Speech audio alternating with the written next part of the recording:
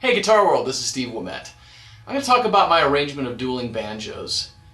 For this particular version of the song, I use three guitars, a 5-string, a 6-string, and a 7-string. A 5-string guitar, what's that? Actually, I wanted to make one of the guitars sound as much like a banjo as I could, so I took my Les Paul and I took the 5th and the 6th strings off altogether, replaced the 5th string with a high E string tuned all the way up to G, sort of like the first string tuned all the way to the 3rd fret. I dropped the 1st string down all the way to D, so a full step down, and it gave me an open G tuning like a banjo. Except the difference on that is that on a banjo, the high string, or the 5th string is really high.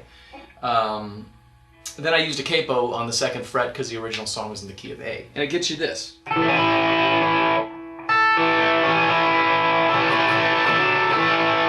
So it sounds like a banjo.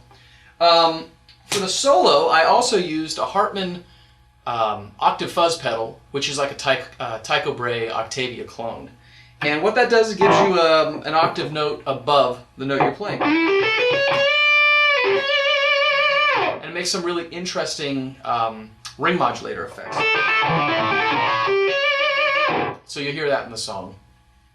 The second guitar I used was the main left channel guitar, and that was a Jeff Loomis Schecter 7-string. Thanks, Jeff. Great guitar. Allowed me to get all the way down to a low A and still maintain access as high as a regular guitar all the way up to the 24th fret. So that was fantastic for getting a modern sound on the one channel. And the final guitar I used was for the wah solo at the end, and it was just my Les Paul Custom, and it was tuned standard, and I used just a Dunlop wah pedal.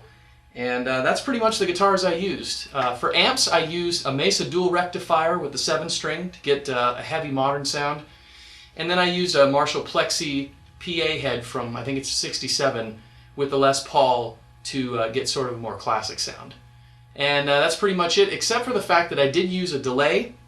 I used a dotted 8th note delay on the main banjo guitar to double the speed of the guitar. So it's a lot harder to play on Guitar Hero than it is on a real guitar. So I hope you enjoyed the arrangement, and thanks so much.